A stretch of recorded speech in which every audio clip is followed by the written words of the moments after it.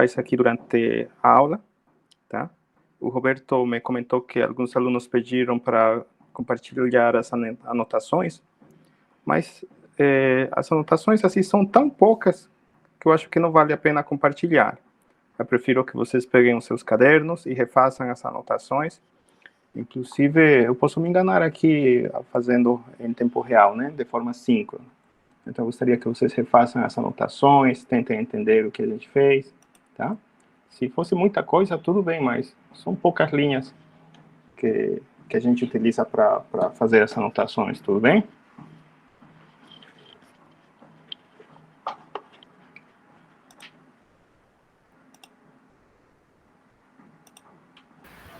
Professor, Oi, Bianca.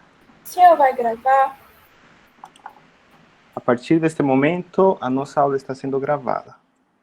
Obrigada. De nada.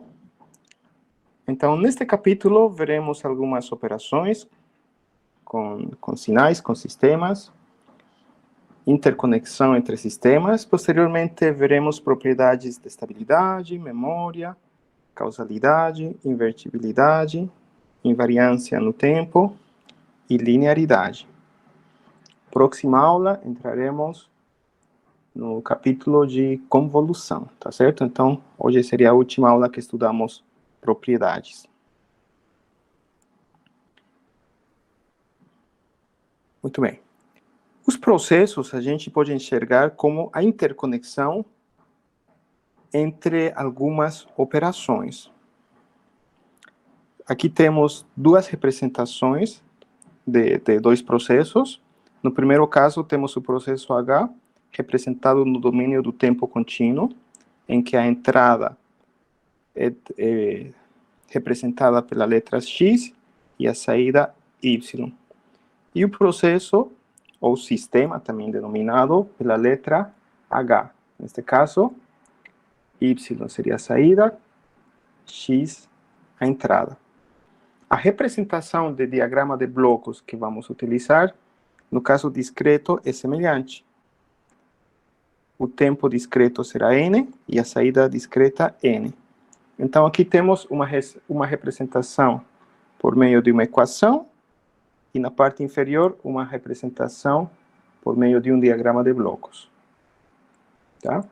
H poderia ser a representação de um motor, de uma máquina, de um sistema térmico, de um circuito elétrico, de um reator, etc, etc.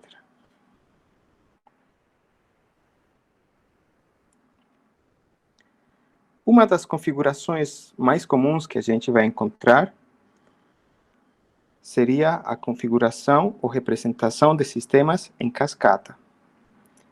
Quando um sistema está em cascata, quando a saída de um subsistema é a entrada de outro subsistema.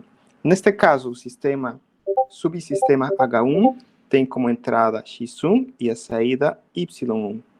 Só que essa saída Y1, na verdade, ela fica como a entrada do subsistema 2, H2. E a saída do subsistema H2 será Y2.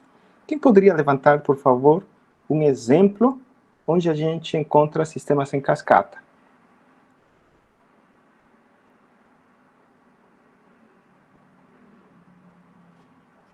Conversão de energia de uma hidrelétrica. Tá. Talvez você poderia comentar quem seria X1, que sinal seria Y1, que sinal seria X2 e que sinal seria Y2, para que fique mais claro. X1 seria a força da água, a energia cinética, no caso. Aí, Y seria a rotação do conversor. Aí, Y1 seria igual a X2, no caso, que seria entrar no outro sistema, que resultaria na energia elétrica, que seria Y2. Exatamente. Um outro exemplo bastante comum seria o controle de nível de um tanque. Então, subsistema 1 poderia ser a válvula para controlar o nível, e o subsistema 2 poderia ser o próprio tanque. Tá? Então, são processos em cascata.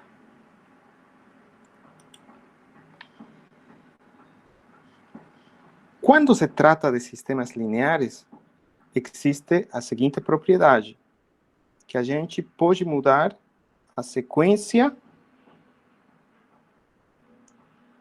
entre os subsistemas. Ou seja, H1 vezes H2 é igual a H2 vezes H1. Tá certo? Esses subsistemas são equivalentes.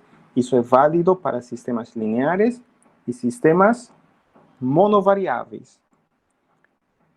Se o sistema for multivariável, a gente não poderia aplicar essa propriedade.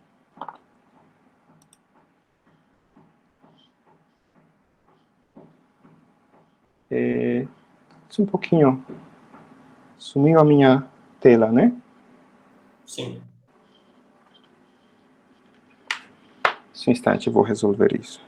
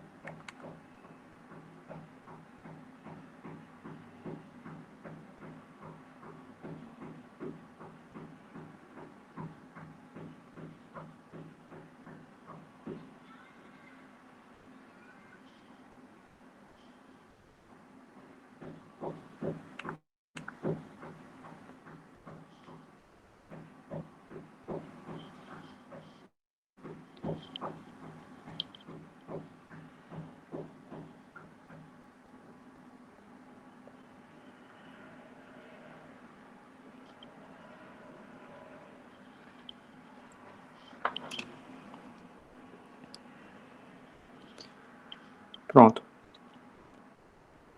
Esta propriedade, o que chamamos, como se chama em cálculo? Por exemplo, que A vezes B é igual a B vezes A. Como se chama essa propriedade? Quem lembra? Eu acho que é comutatividade, né?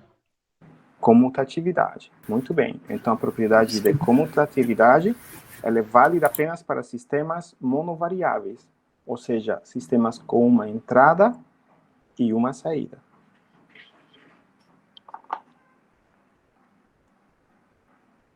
No caso de sistemas multivariáveis, por que será que no caso de sistemas multivariáveis a propriedade de comutatividade não é mais válida? Porque uma variável pode depender da outra? Porque, por exemplo, A poderia ter uma dimensão 1 vezes 3 e B poderia ter uma dimensão de 3 vezes 2. Então, a propriedade de comutatividade não seria mais válida. Concordam? Sim.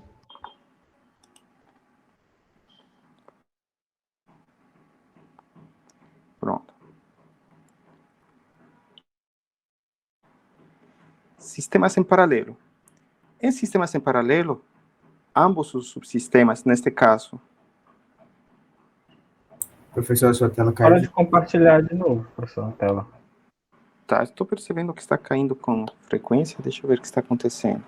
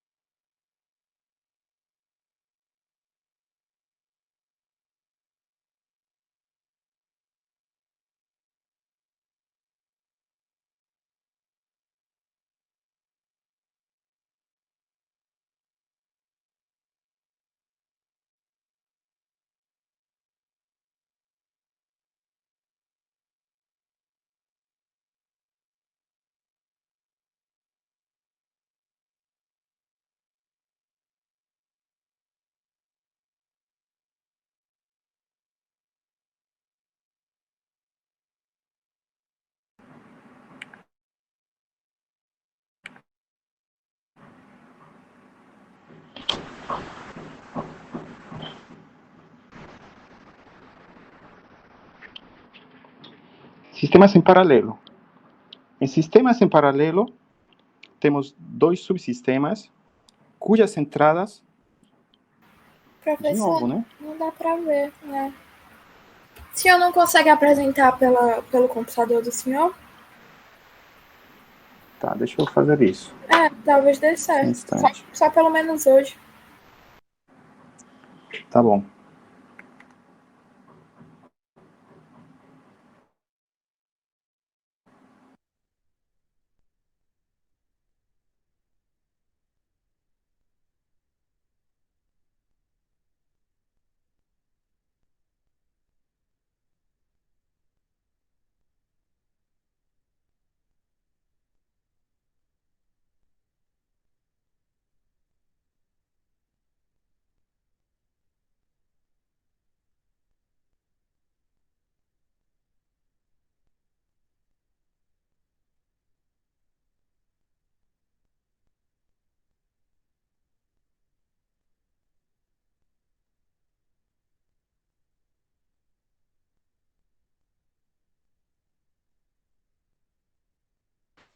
Não sei se o senhor tá com o microfone ligado.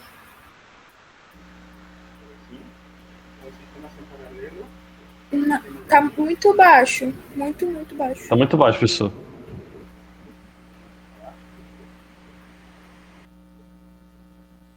Continua abaixo.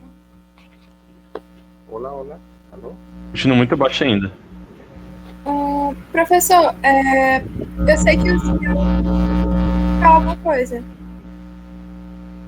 Vou habilitar o outro microfone. E agora? Acho que melhorou, né? Pronto. Pronto. Melhorou, agora melhorou. Tá. Então, nesse caso, temos dois subsistemas cuja entrada é a mesma em ambos subsistemas. X é igual a x1 e x é igual a x2. No caso, a saída de sistemas em paralelo será equivalente à soma dos sinais de saída. E em sistemas em série, a saída é equivalente à multiplicação. Tá certo? Sistema realimentado. Sistema realimentado tem essa configuração em que a saída y corresponde à saída do subsistema H1, somente que a entrada do subsistema H1, a entrada de H1, é o quê? É a soma de x de t mais y de t. X de t, normalmente em sistemas de controle, é a referência de temperatura, é a referência de velocidade, referência de corrente, etc, etc. E Y2 normalmente é a saída de um sensor de vazão, de um sensor de concentração, posição, etc, etc. Tá certo? Então, este sistema realimentado ele é muito utilizado em sistemas de controle para aumentar a robustez de um determinado sistema para poder rejeitar perturbações, por exemplo. Professor, o senhor pode dar um exemplo daquele em paralelo?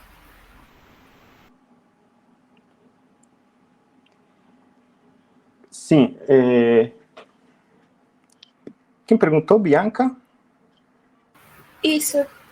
Sim, eu gostaria de perguntar para você, Bianca, o que você consegue imaginar como sistema em paralelo, ou subsistema em paralelo? Não, professor, não volta a perguntar não, por favor. Já estou aqui participando. Tá. Eu vou colocar um exemplo bem simples. Se você está calculando, por exemplo, a média de contágios de Covid aqui no Ceará durante uma semana, a gente utiliza que informações? A gente utiliza as últimas informações, normalmente de uma semana. Então, a gente pega informações de 7 dias. Então, cada dia poderia ser um subsistema e a gente soma a informação desses 7 dias para determinar o valor final. O que seria o valor final? A média de contágios de Covid. Tá certo? É um exemplo do caso discreto. Alguém gostaria de dar algum outro exemplo? Eu queria fazer uma pergunta, mas eu acho que um exemplo poderia ser uma caldeira com um sensor de temperatura para realimentar. Tá. Só um instantinho, por favor.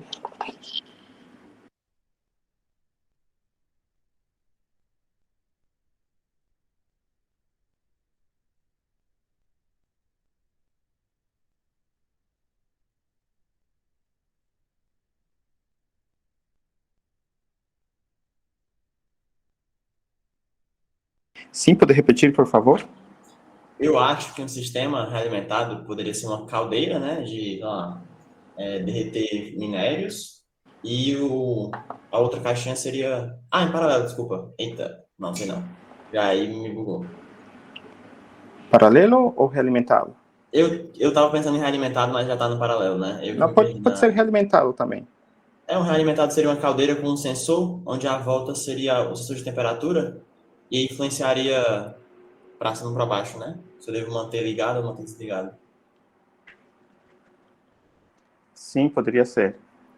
E em circuitos elétricos, um sistema realimentado bastante convencional seria um amplificador operacional.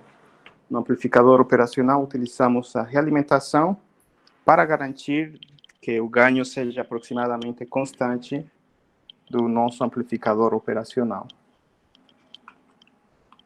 Professor, eu tenho uma pergunta. Que essa bolinha de somar, ela pode ser atribuída com algum peso para os sinais que estão entrando nela? Por exemplo, um peso diferente, né? Um peso linear para x de t e um peso diferente para y de y2, ou não? Tá. A soma é direta, são valores unitários. Se a gente quiser atribuir um peso, a gente deveria multiplicar por um ganho. O que seria um ganho? Um outro subsistema. Vez, por exemplo, a saída de H2, poderíamos multiplicar por H3, em que A3 teria o peso que você quer atribuir, um determinado ganho. Por exemplo, a temperatura está sendo medida em volts, mas eu não queria temperatura em volts, eu queria temperatura em graus Celsius. Então, eu multiplico por um peso para fazer essa transformação. Tá certo? Certo, professor. Obrigado. De nada. Então, aqui temos um sistema que pode ser visto como interconexão entre operações. Seria o sistema de média móvel.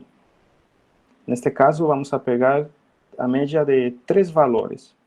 xn, xn-1 e xn-2. E dividimos por 3 para calcular obviamente, essa média. Tá certo? Então, neste caso, temos 3 sinais em paralelo. E aqui o problema pede para formular o operador H e desenvolver o diagrama de blocos. Para isso, vamos a definir o operador atraso. O operador atraso está dentro desse bloquinho S elevado a K, em que K será o valor do atraso. Ou seja, se a gente escreve em formato de equação, aqui teremos o quê? Xn menos K será igual a S elevado a K vezes Xn.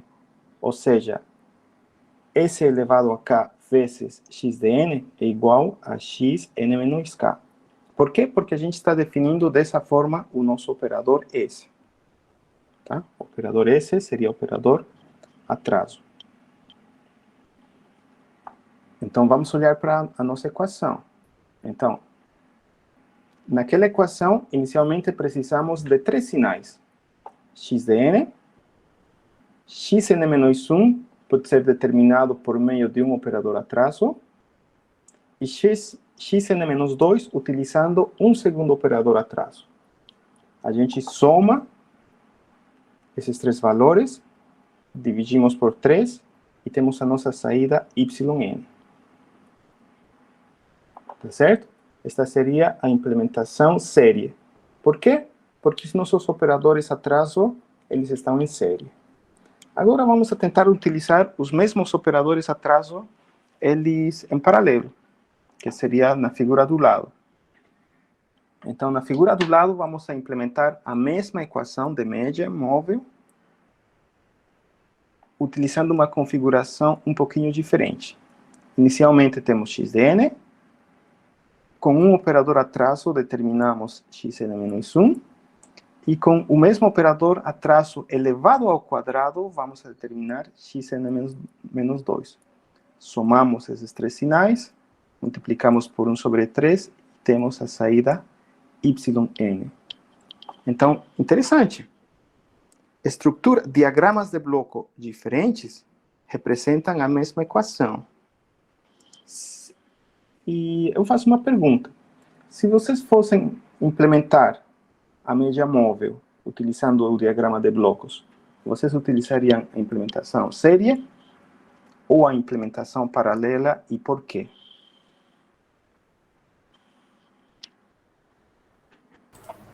Eu utilizaria a paralela, que eu acho que é mais fácil de ver e de entender. É mais fácil, né? Alguém tem outra sugestão?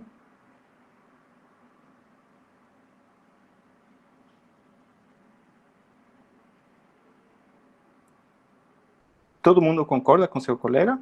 Quem foi que falou? Eu esqueci o nome dele. Na verdade, eu não olhei. Luan. Luan. Quem concorda com o Luan, pessoal? Ou discorda, talvez? Série, eu acho que em série você pode acompanhar, no caso, para uma média móvel de casos, os casos anteriores.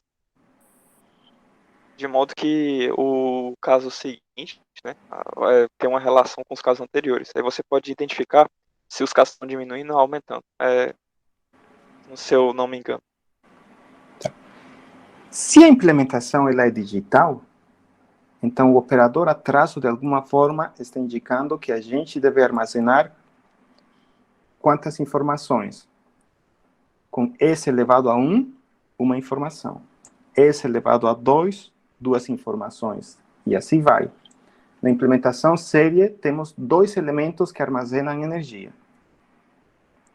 Na implementação paralela, são 3 elementos que na verdade são 2 elementos, só que armazenamos 3 informações. S armazena uma informação, e S elevado a 2 precisa armazenar a amostra anterior, e a amostra anterior à anterior. Tá certo? Então, a gente gastaria mais memória, neste exemplo em particular, com a implementação paralela. A implementação série seria a mais simples. Concorda? Sim, deu para entender. Pronto. Agora, vamos a definir a estabilidade, utilizando o conceito vivo.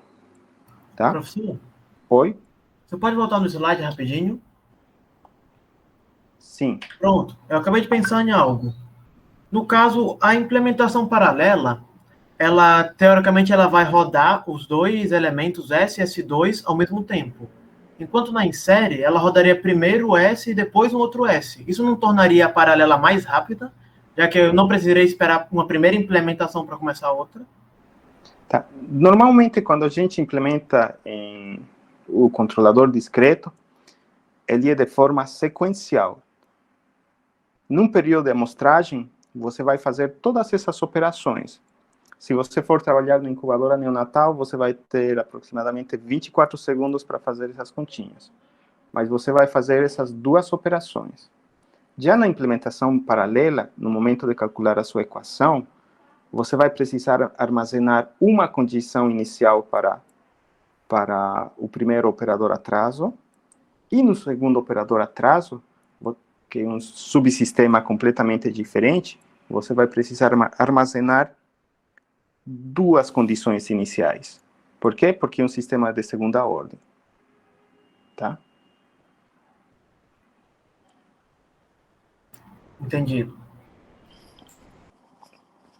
De todas formas, quando vocês fizerem a disciplina de controle discreto, que vocês escrevam mesmo em linha de código essa estrutura de controle, talvez ficaria mais simples.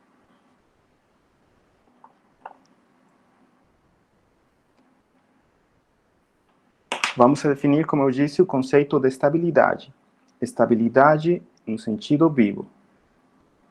Então, o sistema será vivo estável se para qualquer sinal de entrada limitada implicar num sinal de saída limitada. Vivo vem da palavra em inglês bounded input, bounded output. Entrada limitada, saída limitada. Tá? Quem poderia dar um exemplo de um sistema estável?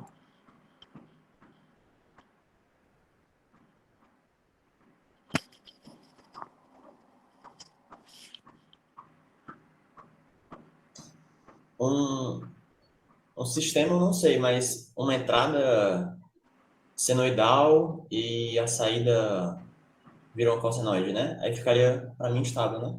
Que ele é limitado. Tá. Então, entrada limitada, saída limitada. Precisamos pensar num sistema. Esse sistema poderia ser um motor. Se você aplica num motor uma corrente senoidal, a saída, como vai ser a saída do seu motor? Vai ser limitada ou ilimitada? Se for a saída de velocidade.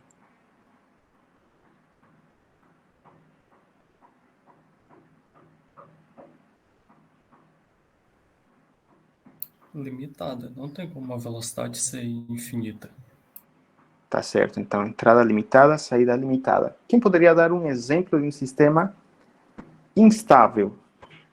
Um sistema vivo instável.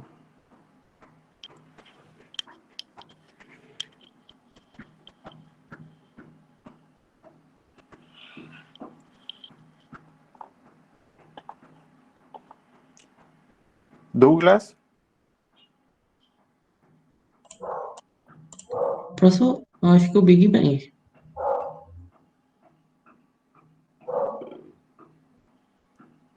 Quem seria a entrada e quem seria Seria a saída?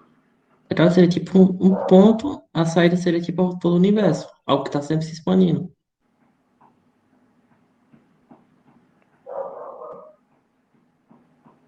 Quem seria a entrada e quem seria a saída? A entrada seria a dimensão, um ponto, onde toda a massa está concentrada, e a saída é todo o universo.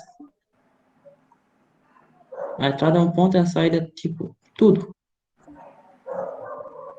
Uma dimensão infinita, no caso. Tá, porque o que faria, ou seja, o que estou tentando imaginar é o seguinte: o que faz com que aconteça o Big Bang? Ou seja, qual é a entrada que gera esse fenômeno? O que origina que aconteça isso? Tipo, um motor, o que origina aquele giro é a corrente. Se a gente não aplicar corrente, ele não gira. A temperatura na sua sala não esfria se você não liga o ar-condicionado. Entrada, saída. Tá? Algum outro exemplo de um sistema estável ou instável? Professor, eu pensei em um, mas eu não tenho certeza se é correto para um sistema instável. Eu pensei em um curto-circuito. Quando eu aplico uma fonte de tensão qualquer, se o sistema tiver uma resistência zero, de acordo com a fórmula, seria uma divisão sobre zero, tendendo ao infinito. No caso de algo prático, eu pegando apenas uma pilha e 2 fios, a resistência do fio vai causar um curto-circuito, até o fio queimar. Seria toda a corrente máxima produzida naquela pilha. Eu sei que ela não é infinita, mas seria a máxima total. Não sei se seria considerado infinito. Normalmente, acidentes, eles levam sistemas à instabilidade. Mas eu queria um exemplo em que a instabilidade não seja gerada por um acidente, senão uma entrada manipulada, que a gente consiga manipular. Tá? Porque um acidente, sim, um acidente nuclear gera uma instabilidade, só que a gente não tem variável manipulável, a gente perde o controle diretamente, né? Mas existem processos em que ele pode ser instável, mas de alguma forma eu poderia controlar por meio da entrada. O lançamento de um foguete. A entrada é a propulsão, só que gera como esse movimento gera inúmeras variáveis. No caso, o próprio motor vai fazer com que o foguete apresente diversas direções e aí tem que haver um controle para deixar ele na trajetória. Seria mais ou menos isso? Eu gostei do seu exemplo, Sinov, porque o foguete, se ele não for controlado, ele não vai em linha reta, ou pelo menos ele não vai seguir uma determinada trajetória, tá? Por que ser um foguete será instável em malha aberta? Por que será, se ele não for controlado, por que ele é instável, o foguete? Porque normalmente ele tem um comportamento de um pêndulo invertido, concorda? A propulsão está embaixo e a gente precisa manter ele equilibrado. Então, ele funciona como um pêndulo invertido. Nós, as pessoas, funcionamos ou temos o modelo de um pêndulo invertido. A gente precisa se equilibrar para não cair, tá certo? Se você está em pé e fica dormindo, o que acontece? Você vai cair, porque perdeu o controle. Ou quem foi para uma farra, bebeu muito, cai, né? Aí perdeu o controle, porque somos processos, sistemas instáveis em malha aberta. Para que não aconteça isso, o que faz uma pessoa que bebeu muito? Deita para não correr o perigo de cair, tá? Porque sabe que está perdendo o controle sobre o seu corpo, tá? Não sei se já aconteceu com alguém, mas pode acontecer aqui, né, no grupo. Agora eu gostaria de colocar mais exemplos. Deixa eu ver. Assim. Mostrar que este sistema de média móvel. Mostrar que este sistema de média móvel, que tínhamos colocado bem no início, é estável no sentido vivo, ou ele é vivo-estável.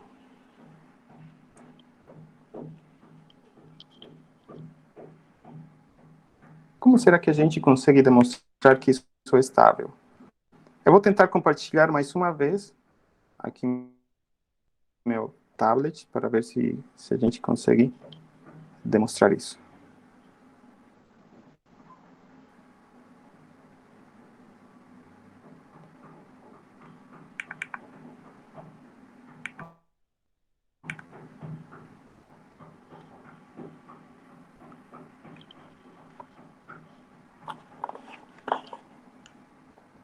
Ele apareceu, mas saiu, professor, logo em seguida. Uns 2 segundos depois. Por que será? Eu acho que tá Porque estou aparecendo. Ah, não. Porque eu utilizo o microfone do meu tablet, mas eu não consigo. Professor, tenta encerrar a apresentação no computador e reiniciar a apresentação no tablet. Tá. Eu vou interromper a gravação, eu vou reiniciar aqui as minhas apresentações. Aguardem um segundo, por favor. Não vai interromper a gravação, não. Sim? Por quê? Só a apresentação. É a apresentação. Tá.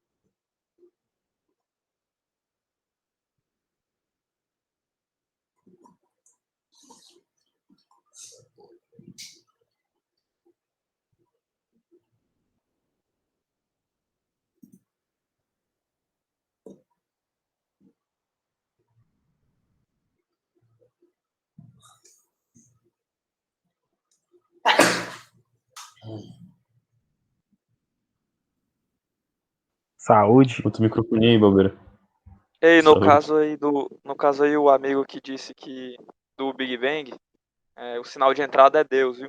E aí a saída é a expansão do universo. Beijos, recalque. Amém.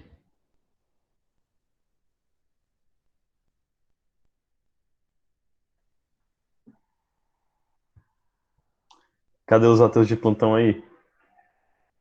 Quero ver essa, hein? Do crente ao ateu, ninguém explica Deus. Infelizmente é o jeito.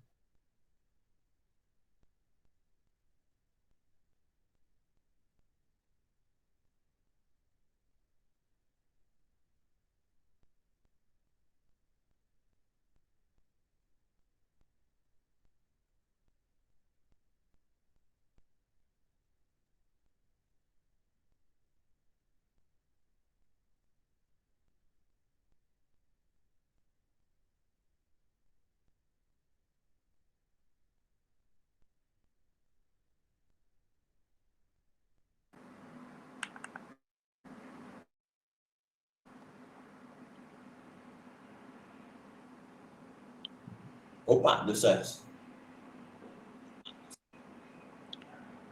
Está dando certo? Sim, né? Sim. Tá sim. Tá. Para não dar conflito, eu não estou reiniciando no meu computador, só no tablet, tá certo? Esta parte já vimos. Assim.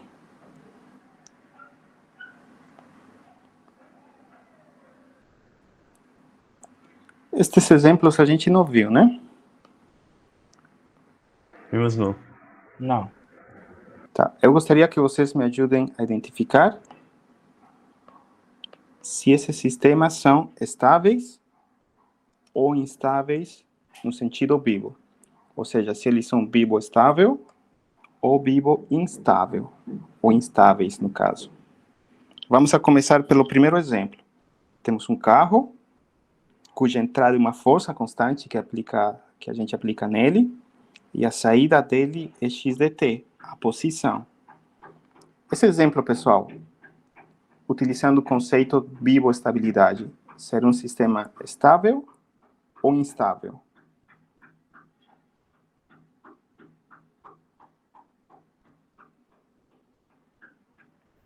Quem gostaria de responder? Estável? Todo mundo concorda que é estável? Eu acredito que seja porque o sistema antes, antes da aplicação, o FDT, ele estava parado, em repouso, equilibrado, e ele entrou em movimento a partir de FDT, no caso do carro, né, professor? O item A. Tá certo, então todo mundo concorda? Eu acho que depende. Se não tiver atrito, seria instável, porque ia se deslocar infinitamente. Tá, até eu desenhei o chão, né, para que ele tenha atrito. Ah, entendi. Então é estável. Tá, ele é estável. Pronto. Item C, pessoal. Que seria o pêndulo invertido. Será um sistema estável ou instável? Instável. Por quê? Porque se a gente aplicar uma perturbação, mesmo que ela seja muito pequena, o sistema sai dessa condição inicial, né?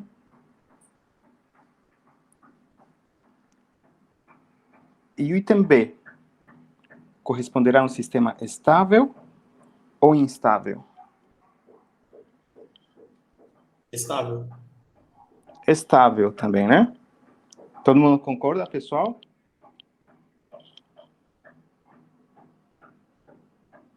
Sim. Mas aí se o deslocamento não for nessa trajetória especificada, for em outra, eu ainda posso considerar como estável? Não, ele pode ter 2 graus de liberdade ou 2D. Podemos restringir apenas num plano, se quiser, para simplificar. Então é estável, com certeza. Estável, né? Pronto. Agora, olhando para a definição de estabilidade no sentido vivo, vamos analisar com calma essas afirmações que vocês fizeram, tá certo? Aqui vou desenhar no domínio do tempo a posição do carro. A posição em função do tempo. Se vocês estão viajando a uma velocidade constante, como varia a posição do carro em função do tempo? Linear. No início tem uma etapa de aceleração e uma vez que alcança uma velocidade constante, ele aumenta de forma linear. Correto? Segundo a nossa definição, realmente este sistema é um sistema vivo estável? Não, porque não é limitado. Então, não é um sistema vivo estável. Porque FDT é uma força limitada e a saída ela é ilimitada. Muito bem. Vamos para o nosso pêndulo. Professor, mas se a gente estivesse falando de velocidade. Mas neste caso, a gente deixou em evidência que a saída era a posição. Se a saída fosse a velocidade, se a saída fosse a velocidade, sim, seria estável no sentido vivo. Entrada força, saída velocidade. Se a saída for posição, não é estável no sentido vivo. Tá certo? Joia. Item B, pessoal. O que acontece se a gente pega um pêndulo e aplicamos uma força limitada, por exemplo, uma senoide, que ele coincida com a frequência de ressonância do pêndulo?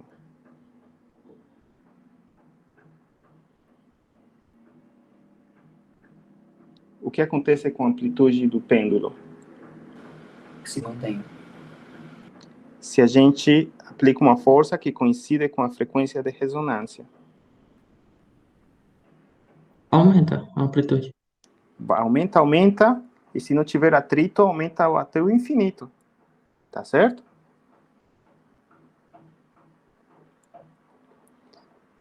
Então, se com uma entrada limitada, a gente consegue que a saída vá até o infinito, com a condição que a gente coincida com a frequência de ressonância, que alimentemos com uma força que tenha a mesma frequência de ressonância do pêndulo, então a saída é ilimitada.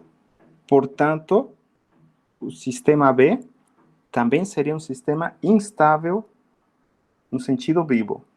Então, esses 3 exemplos, os 3 seriam instáveis no sentido vivo. Ou vivo instável. Instáveis. Dúvidas, pessoal? Professor, mas a amplitude não seria limitada, não? Porque só pode ir até 180 graus. Você já utilizou algum balanço? de criança? Sim. Ah, entendi. De ficar girando, né? Então, do eixo. No início, você quase não sai do canto. Depois você vai se balançando e se impulsionando, tentando coincidir com a frequência do balanço. E aos poucos, você vai saindo do canto e aumentando o ângulo, tá certo? E se não tivesse atrito ao seu balanço, você com certeza ia girar, dar uma volta completa. Mesmo com essa força limitada. Por quê? Por conta da frequência de ressonância que tem esse balanço. Concorda? Sim, agora eu entendi. Obrigado. De nada. Sistema de média móvel. Ele é biboestável. Como podemos demonstrar que ele é biboestável, pessoal?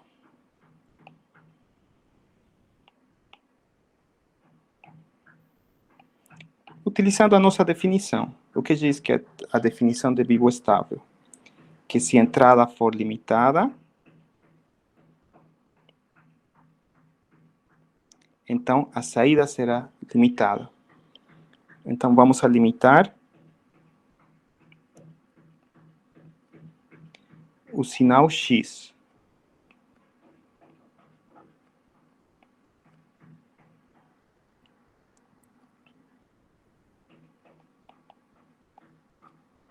Em que o sinal X ele deve ser limitado para qualquer valor de K.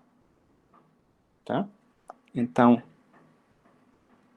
nesse caso, a saída Y será igual ou será limitada por 1 sobre 3 vezes mx mais mx mais mx.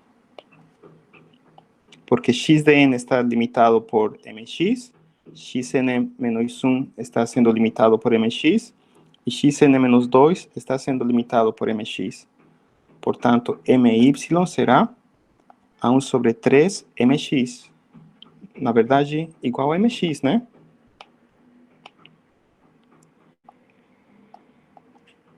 Então, se mx é limitado, então my também será limitado. Entrada limitada, saída limitada.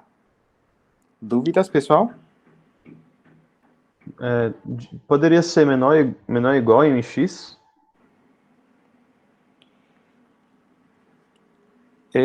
Sim.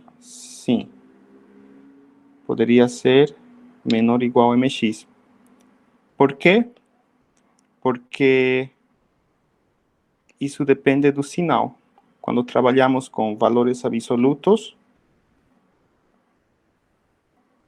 a gente tem que A mais B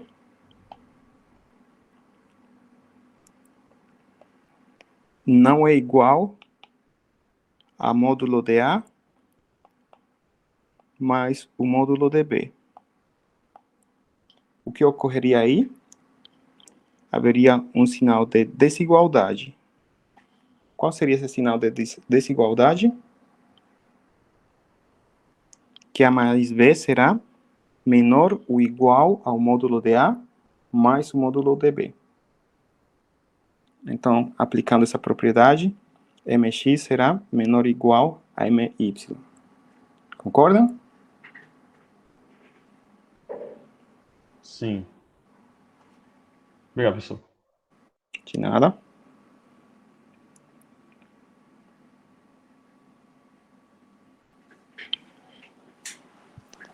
Professor. Então, Oi. Aquela era uma expressão puramente matemática, então o senhor estava interessado em a resposta ser um valor constante, né? No caso, a yn, essa expressão ser um valor constante, né? Porque se ela for um valor constante, então ela é limitada. É isso? X de n será menor ou igual, ou pelo menos o módulo de x de n será menor ou igual a mx. Xn menos 1, o módulo dele será menor ou igual a mx. E o módulo de xn menos 2 também será menor ou igual a mx. tá? Então, se somamos 3 sinais limitados, qual é a nossa resposta? Um outro sinal limitado, que seria o MY. Ah, certo. Obrigado. Tá certo? Muito bem. Aqui temos outro exemplo. Trata-se de um sistema instável no sentido vivo. Como que a gente demonstra que esse sistema é instável no sentido vivo? Vamos a definir x de n, pelo menos o módulo dele, sendo limitado por mx. Tá? Então, nesse caso, yn, se for limitado, ou se xn for limitado, a gente vai ter r elevado a n vezes mx. Então, o que acontece se r for maior do que 1? Ele explode. Se r for maior do que 1, vamos a ter uma função exponencial crescente. Portanto, mx não será uma função limitada. Tá certo? Então, mx, ou foi mal. My não será uma função limitada. My irá para o infinito. Por quê? Porque isto aqui vai para o infinito.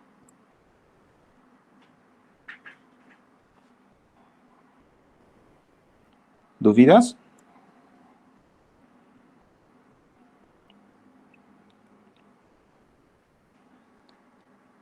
Aqui temos uma fotografia de um acidente.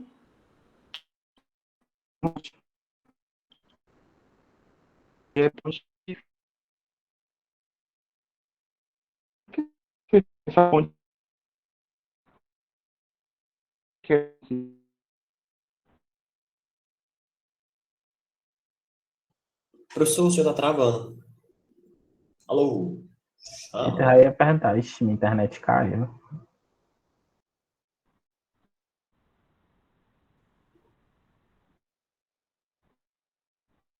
Pessoal?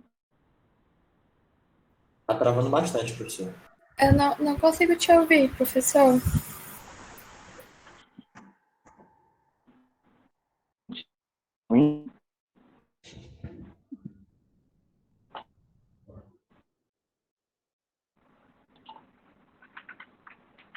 Alô? Pronto, professor, voltou. Tá. Então, vamos a retomar. É uma fotografia de uma ponte que ela caiu. Os engenheiros, eles achavam que era um sistema vivo estável.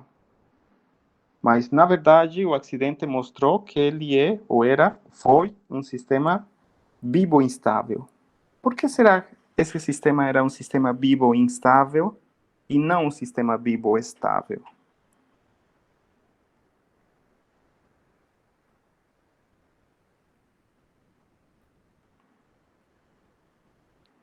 Alguém gostaria de participar?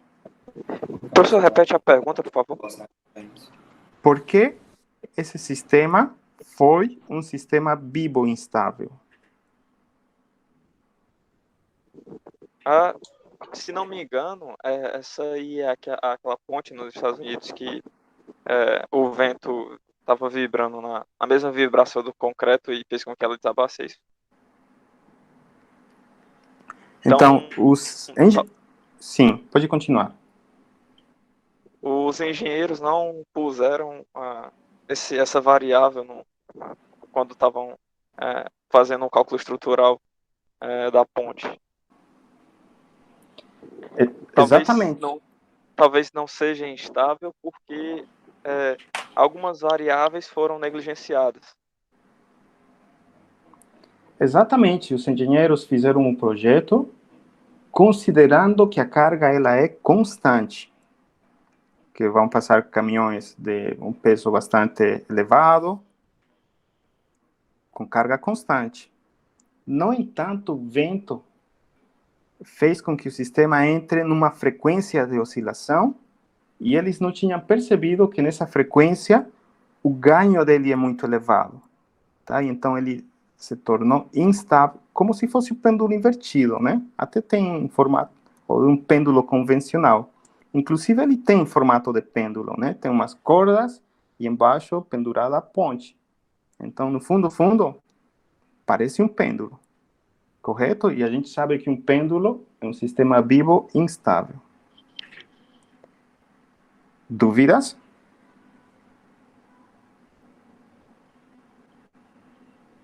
Professor, Oi. Tem como um sistema ser instável, de alguma forma instável, mas ainda assim ser biboestável? Ou é como se fosse absoluto? Entrada limitada, saída limitada. Tá? Então, existem diferentes definições para estabilidade. Existe a estabilidade de Lyapunov, mas agora em sistemas de controle, em sistemas lineares, vamos a considerar sistemas com entrada e a saída.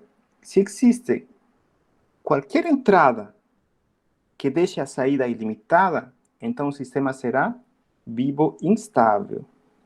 Porque você poderia ter um sistema que ele é instável no sentido vivo, só que você talvez nunca perceba, porque você não está excitando como uma entrada apropriada. Tipo pêndulo. Se você não aplicar no pêndulo uma entrada senoidal, você não vai conseguir estabilizar seu pêndulo. Tá? Então, muito cuidado com essa questão de biboestável. O sistema, ele pode ficar estável utilizando outras definições. O pêndulo está estável, por quê? Porque ninguém está excitando ele. Mas se ele é instável no sentido vivo, porque quando a gente utiliza uma frequência senoidal, ele fica instável.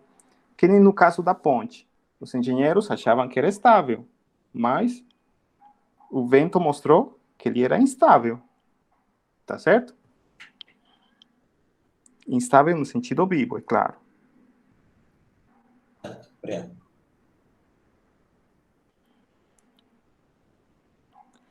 Sistemas com memória. Então, sistemas com memória são sistemas que a saída do sistema depende de valores passados do sinal de entrada.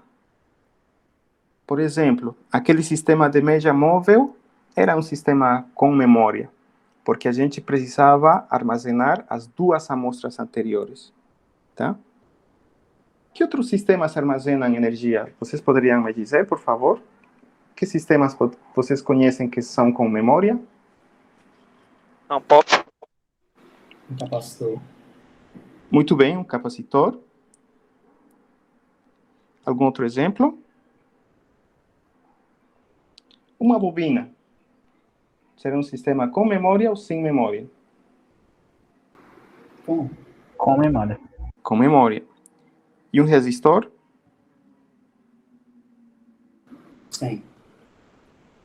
Sem memória. Aqui temos mais exemplos de sistemas com memória e sem memória. YdN igual a x² de n. É um sistema sem memória. Por quê? Porque a gente não está armazenando informações passadas. Então, para que o sistema seja com memória, necessariamente, a saída deverá depender de entradas passadas. Alguma dúvida, pessoal? Qualquer tipo de entrada passada, já pode afirmar que ele é com memória? Se depende de entradas passadas, sim. Em eletrônica digital, vocês estudaram alguns circuitos com memória, né? Que a saída dependia de eventos anteriores. Não sei se vocês lembram. Flip-flop. Flip-flop, registradores. Sim. Tá? E no nosso caso, o sistema de média móvel, no caso discreto. Causalidade. Vamos a definir a causalidade. Deixa eu ler. Um sistema é causal se o seu valor atual do sinal de saída depender somente de valores presentes e ou passados do sinal de entrada. em contrapartida, se o sinal de saída de um sistema, o sinal de um sistema não causal depende de valores futuros da entrada. Resumindo, todos os processos reais, eles são causais. A saída de processos como, por exemplo, uma sala, o controle térmico de uma sala depende apenas de valores presentes e passados da potência do meu ar-condicionado. A temperatura atual não depende se no futuro eu vou ligar ou não o ar-condicionado, apenas depende de variáveis presentes e passadas. Isso seria um sistema causal. No sistema de média móvel, aqui temos uma equação causal. YdN depende de XdN, xn-1 e xn-2. Sistema causal. Na segunda equação, temos um outro sistema de média móvel. Só que ele é não causal. Vocês poderiam me dizer por que esse sistema é não causal, por favor? Porque ele também vai ter uma variável que não está no presente nem no passado, né? Tem variáveis que estão no futuro. Qual seria essa variável? X, N mais 1. Exatamente. E a minha pergunta é, será que um sistema de média móvel, aquele sistema de média móvel 2, que não é causal, dá para utilizar na prática, em algum exemplo? Em alguma aplicação? O que vocês acham? Previsibilidade. O sistema o sistema média móvel 1, eu poderia aplicar no meu sensor. Eu estou medindo a temperatura, e para ter uma temperatura sem ruído, ou atenuar um pouquinho o ruído, eu pego a média móvel do valor presente e dos dois valores anteriores. Então, esse seria um exemplo de aplicação do sistema de média móvel 1, para filtrar sinais de sensores. E o sistema de média móvel 2, onde poderíamos aplicar? Em que situações? Ou como ele não é causal, a gente não consegue aplicar nunca? Algumas torres eólicas utilizam inteligência artificial para prever a mudança do vento. Com isso, as palhetas mudam de posição para prever a mudança do tempo e não ocorrer uma forte pressão nelas. Mesmo assim, quando você prevê o futuro, você prevê a partir de medidas presentes e passadas. Ou seja, seu sistema continua sendo o quê? Causal. Ou seja, o sistema como todo. Você está fazendo uma previsão, não está medindo o valor futuro. Para que ele seja não causal, você precisa de uma informação futura e não de uma estimação. Tá certo? Então, algum outro exemplo de um sistema não causal que pode ser utilizado na prática?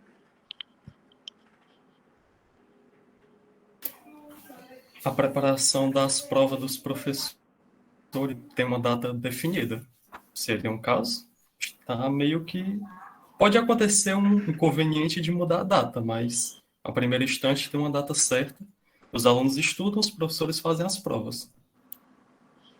Eu vou colocar o exemplo com aquela questão da Covid, da pandemia, tá? Hoje em dia, normalmente se utiliza a média móvel dos últimos 7 dias, que seria o sistema de média móvel 1, tá? Por quê? Porque a gente não tem informações da próxima semana, dos próximos dias. Não temos essas informações. Mas vamos supor que a pandemia acabou. Acabou e pronto. Não tem, em 2022, não tem mais pandemia. E eu quero analisar os dados dessa pandemia.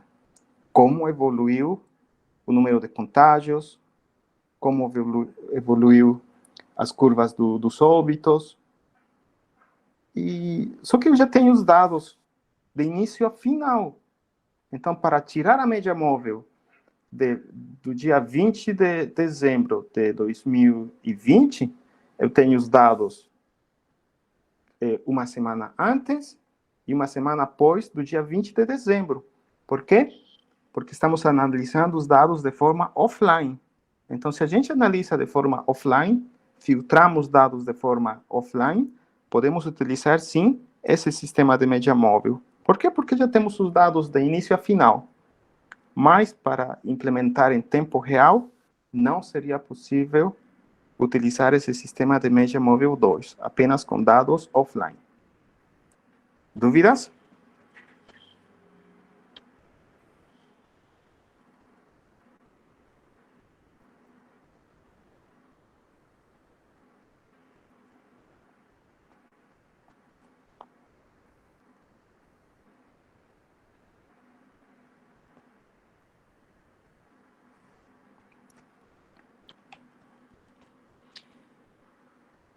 Circuito ERC. Esse circuito ERC, pessoal, ele é causal ou não causal? Por quê?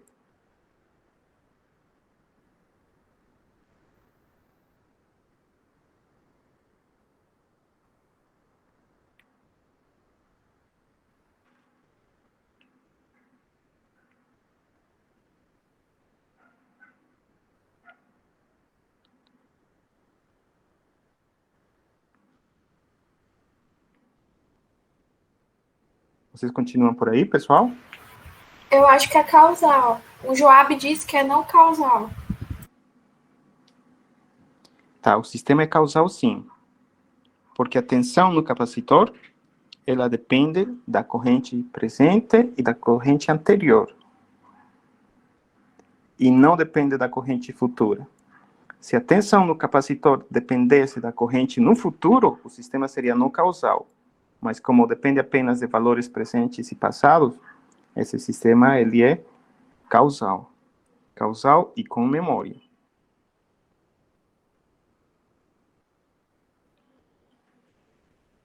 Este sistema, ele é causal ou não causal? Não causal. Exatamente, ele não é causal, porque não podemos prever o futuro. De forma exata.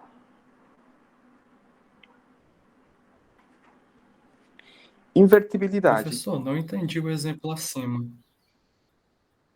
Tá. A entrada dele é um valor do presente, a saída é um valor do futuro. Não entendi se ele é causal ou não causal. Tá. Ele é um sistema não causal, porque a partir de valores presentes ou passados, você não pode determinar a saída do futuro. Tá? Então, este sistema, ele está lhe informando de forma exata a entrada futura. Então, não causal.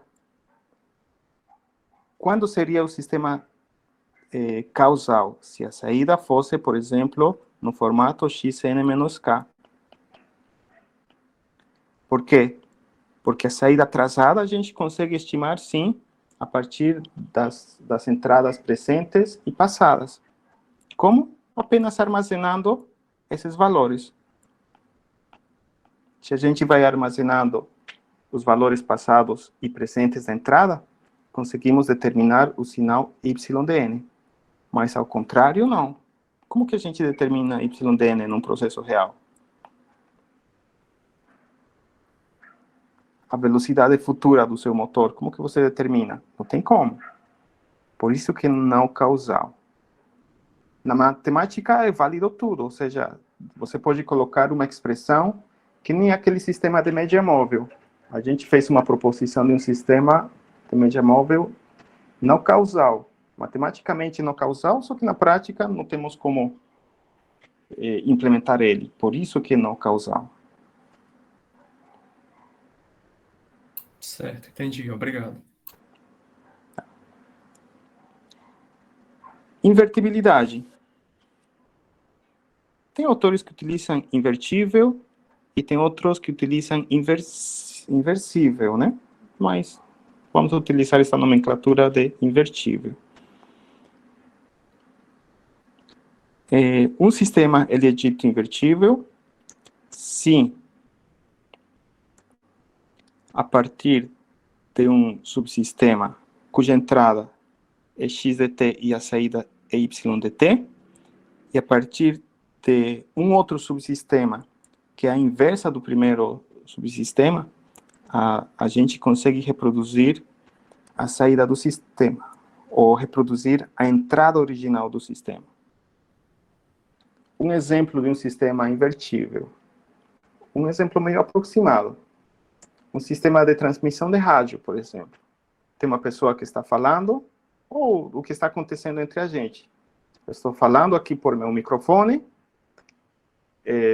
o meu sinal de fala é transformado em pulsos elétricos, é enviado por meio da internet até as suas residências, e posteriormente existe um processo de transformação, que a minha voz é transformada de novo em voz utilizando o alto-falante. Então seria um exemplo de um sistema invertível. Professor, obviamente não seria ideal, né? Como no exemplo. Oi. eu ia perguntar exatamente isso, sobre o ideal, né? Ele pode ser invertível, mesmo se não for exato, né? Se for só aproximado, eu ainda posso chamar de invertível? Podemos chamar de invertível, sim. Porque é comum, quando a gente representa por meio de equações, fazer algumas simplificações, tá?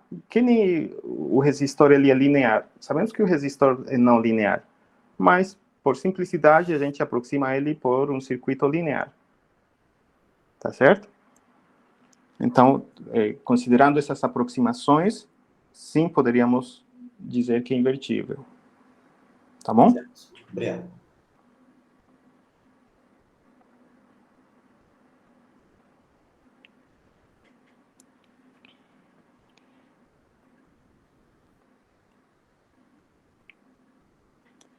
Aqui temos um exemplo clássico de um sistema não invertível. Por que será esse sistema não invertível?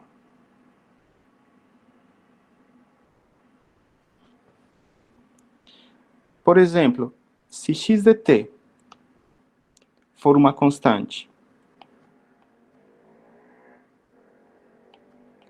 igual a menos 2, quanto vale y dt?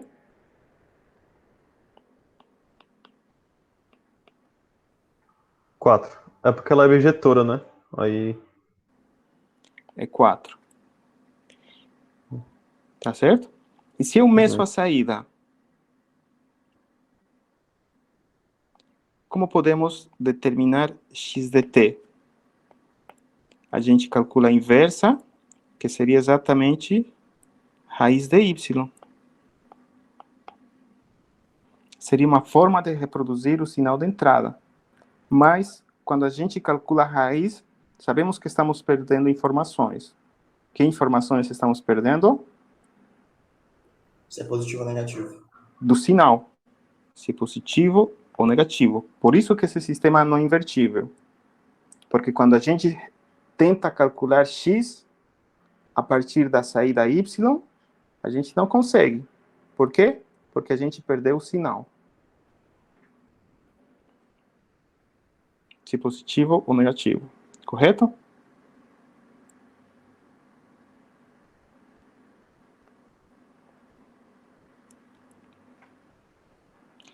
Invariância no tempo.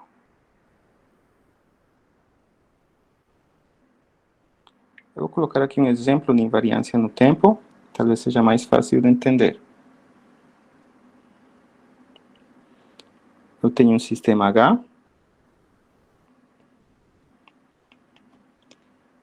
Aplico nele uma entrada x dt. E a saída será y dt. Vamos supor que num segundo momento eu fiz outro ensaio, tá? Só que nesse segundo momento eu estou aplicando a entrada deslocada no tempo. X dt menos t0. Se o sistema for invariante no tempo, a saída será exatamente aquela obtida pelo primeiro ensaio, apenas ela ficará como? Deslocada no tempo. Então, nesse tipo de situações, a gente fala que o sistema é invariante no tempo. Inclusive, nas primeiras aulas, já tinha comentado com vocês que alguns na verdade, a maioria dos equipamentos, eles são variantes no tempo devido ao envelhecimento. Só que de um dia para outro, seu celular não muda quase nada, né? As características dele, o seu capacitor, o seu resistor, ele permanece quase igual. Então, o circuito RC, a gente pode permanecer ou considerar como um sistema invariante no tempo.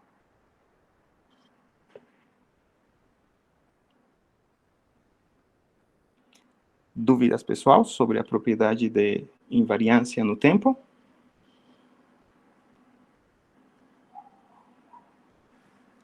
Nestas equações, temos a mesma representação que eu coloquei no slide posterior de forma gráfica.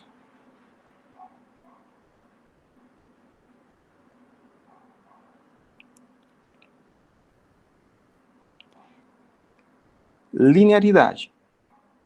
Uma função f de x é dita linear se satisfazer as seguintes condições. F de alfa x igual a alfa f de x e f de x1 mais x2 igual a f de x1 mais f de x2. Exemplo de uma equação linear. Deixa eu colocar algum exemplo. Uma reta, né? Uma reta, sim, é um sistema linear. Deixa eu colocar y igual a 2x. Vamos a supor que x inicialmente vale 1. Portanto, quanto seria a saída, pessoal? 2. Exato. Num segundo momento, se considerarmos x igual a 2, quanto seria a saída? 4. 4. E se o sistema for linear, a seguinte condição tem que ser satisfeita. Y deverá ser igual a y1 mais y2. E deverá ser igual a 2 vezes x de 1 mais x2. Essa condição é verificada? Vamos saber. y1 mais y2 é 2 mais 4 dá 6. x1 mais x2 dá quanto? 3. 2 vezes 3, 6. Então, esse sistema ele é linear. Um exemplo de um sistema linear.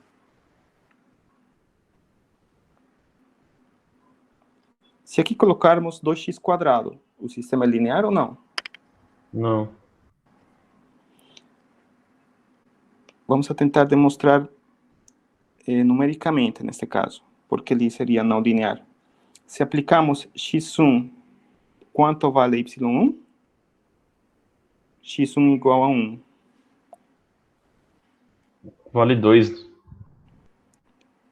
E com x2 igual a 2? Vale 8. 8. Então, y1 mais y2 vale quanto? Vale 10. 8 mais 2, 10. E do outro lado da equação temos 2 vezes x1 mais x2, que seria 3. 3 ao quadrado dá quanto? 18. 9 vezes 2, 18. 10 é igual a 18? Não. É não, professor.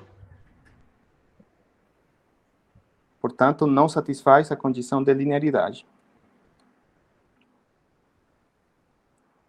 Dúvidas? É simples, né? De verificar se um sistema é linear ou não linear.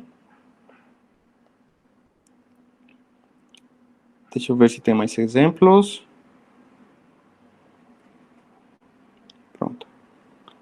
Em outras palavras, quando temos sistemas lineares, podemos aplicar a propriedade de superposição. Podemos aplicar um sinal x de forma individual, x1, x2, x3, x4, e no final somar o efeito, a contribuição de cada um desses sinais para determinar a saída. Tá? Então, essa propriedade de superposição ela é válida para sistemas lineares. Aqui temos um diagrama de blocos de um sistema linear, por exemplo.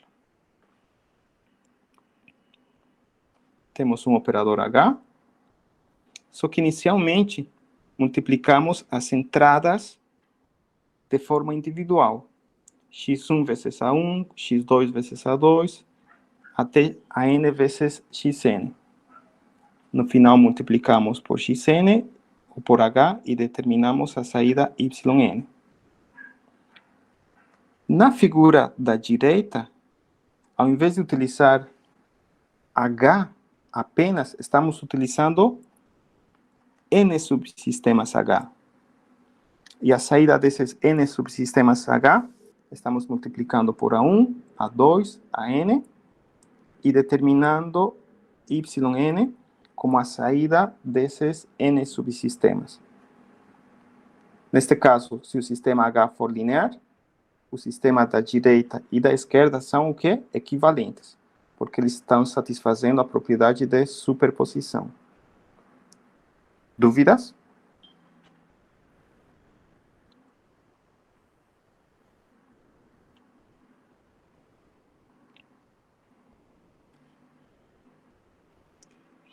Mais exemplos.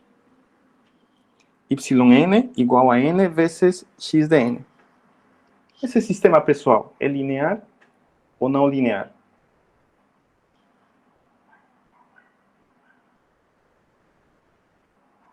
Me ajudem a determinar, por favor. Linear. Não é. Acho porque se eu inverter a ordem dos termos, não vou poder aplicar a superposição, ela é diferente. Tá. O segundo exemplo já demonstramos. Então, o primeiro exemplo é não linear. Será que é não linear mesmo? Vamos tentar demonstrar se ele é linear ou não linear. Então, essa equação diz que y de n, a equação está descrita por yn igual a n xn. Então, para demonstrar a propriedade de linearidade, vamos utilizar um sinal bem simples. Xn igual a alfa x1 mais beta x2. Então, num primeiro momento, vamos aplicar diretamente o sinal xn na saída. Então, nesse caso, yn igual a quê? A n vezes alfa x1 mais beta x2.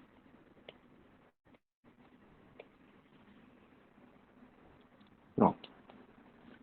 Agora vamos aplicar a propriedade distributiva. Aplicando a propriedade distributiva, temos n vezes alfa vezes x1, ou seja, alfa vezes nx1,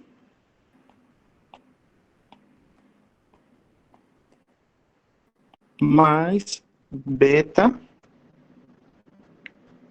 vezes n x2.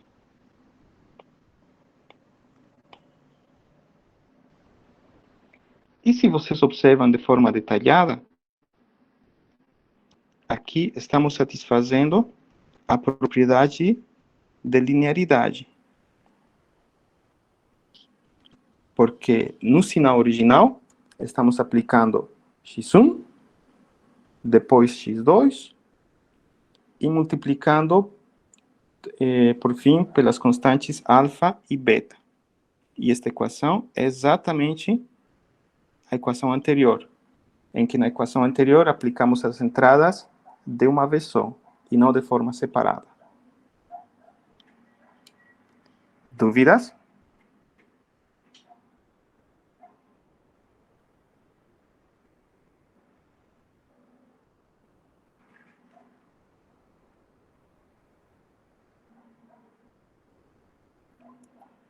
Tá, em caso, eu gostaria que vocês demonstrem que essa equação é linear.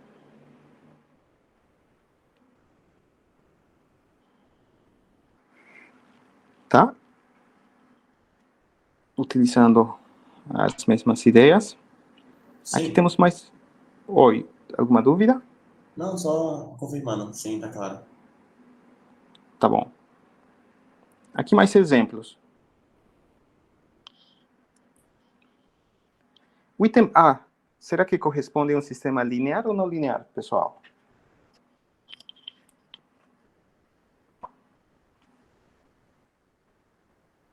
Não linear. Não linear. Um voto para não linear. Alguém a favor do linear? Eu acho que é linear. Por causa da sua. Já está empatado 1-1. Mais alguém? Eu vou no linear. Eu também acho que é linear. Bom linear. Então, venceu o linear. Eita. Se vocês observam, quando a gente trabalha com capacitores, com bobinas, aparece a operação de integração, né? Então, a gente pode integrar duas curvas de forma separada ou de uma vez só, que a solução desse integral não muda se a gente integra de forma separada ou de forma conjunta, tá certo? Então, esse tipo de exemplos teríamos com circuitos RC ou RL, em que aparece a integral. Tá certo? Então, aqui temos um sistema linear.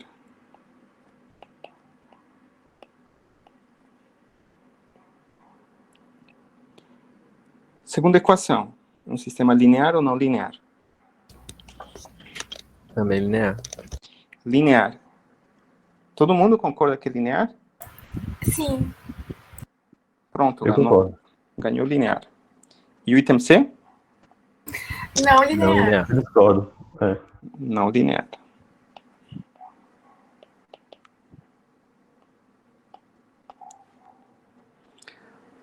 Utilizando os meus conceitos de geometria, sim, o item B talvez me lembra a uma equação de uma reta, né? Reta, linha, uma linha reta.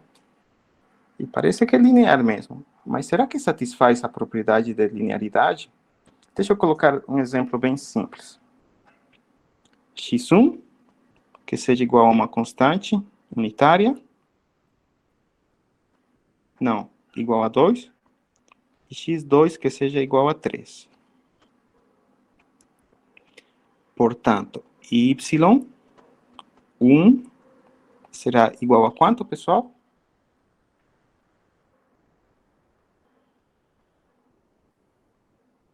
Sete? Muito bem, 7. Certo. Y2? 9. 9. Quanto vale y? 7 mais 9, mais 9? É 16. 16. Agora vamos calcular y de forma direta. Y igual a 2 x1 mais x2. 2 mais 3. Mais a constante 3. Deu quanto a solução, pessoal? Dá 13. Dá 13. Então, Pra ser linear tem que passar na origem, então, né? Então, não satisfaz a propriedade de linearidade. Mas é uma linha reta. Eu achava que uma linha reta era para ser linear, não é não? Só se passar pela origem, né? Isso, só se passar pela origem. Como a gente pode contornar esse problema? Fazendo. Meio que. Eu esqueci qual é o nome do verbo, né? Mas tipo, puxar a equação para a origem. Isso, muito bem. Isso se chama mudança de variável. A gente vai fazer uma mudança de variável. Por exemplo, o 3 vamos a levar do outro lado e colocar como yn menos 3. E esse yn menos 3 vamos a denominar z. Z de n. Igual a quê? Igual a 2xn. Esta nova equação, ela é linear ou não?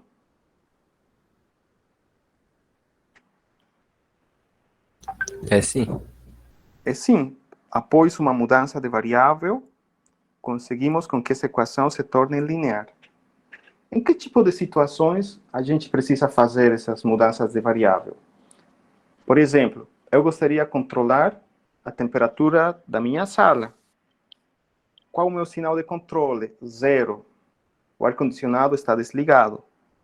Porém, a temperatura ambiente vale 3, que poderia ser 20, que poderia ser 25, tá? Então, meu sensor está marcando 25. Como faço para colocar ele no 0? Subtraindo uma constante. Então, a minha variável medida vai ser igual à temperatura menos a temperatura inicial, ou a temperatura ambiente. Então, para que o meu sistema seja inicializado no 0, podemos subtrair o quê? A temperatura ambiente. E dessa forma, deixamos o nosso sistema realmente linear. Dúvidas?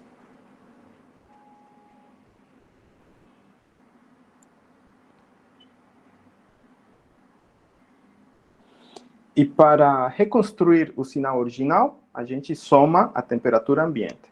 Tá certo? E aí, bem simples essa solução. Pronto. Oi. Eu tenho uma pequena dúvida que ela não é tão importante no momento. Mas é que sim, eu anotei aqui, o senhor disse que vai fazer 3 provas ou no dia 10, mas acredito que até o dia 10 só vai dar para fazer 2 capítulos, né? Esse mais um, não é isso? Deixa eu ver como está meu calendário. Hoje é 25. Porque, assim, pode cair conceitos básicos, então? Esses conceitos básicos? Tá. Na prova pode cair essa questão de sinal par, sinal ímpar. O próximo capítulo será convolução. Vai cair também essa parte de convolução. Mas, de todas formas, se o tempo for insuficiente, podemos adiar a nossa prova por uma semana. Tá certo? Se a gente não terminar com um conteúdo relativamente adequado para a primeira avaliação, podemos adiar a nossa prova por uma semana. Não sei se vocês têm algum problema. Tudo bem. Tudo bem, professor. Eu só fiquei mesmo na dúvida, porque, sei lá, é isso, eu tô cansado, professor, tô cansado. Obrigada pela atenção. Tá, não porque a gente perdeu uma aula, né? Então, aí já a gente está um pouquinho atrasado. Estamos meio atrasados. E tem uma quinta-feira também que vai ser feriado, dia 3. Próxima semana já feriado? Isso, numa quinta, dia 3. Aí, o senhor vai dar aula no feriado? Não. Certo. Nem dá ideia. Então, provisionalmente, então vamos adiar a nossa prova, por enquanto que fique definido no dia 17. Era para ser no dia 10, né? Então vamos deixar por enquanto para o dia 17. Tudo bem? Tá ótimo, professor. Certo. Então, pessoal, se não tiverem mais dúvidas, muito obrigado. Comentar que a nossa próxima aula será muito importante, que o conceito de convolução.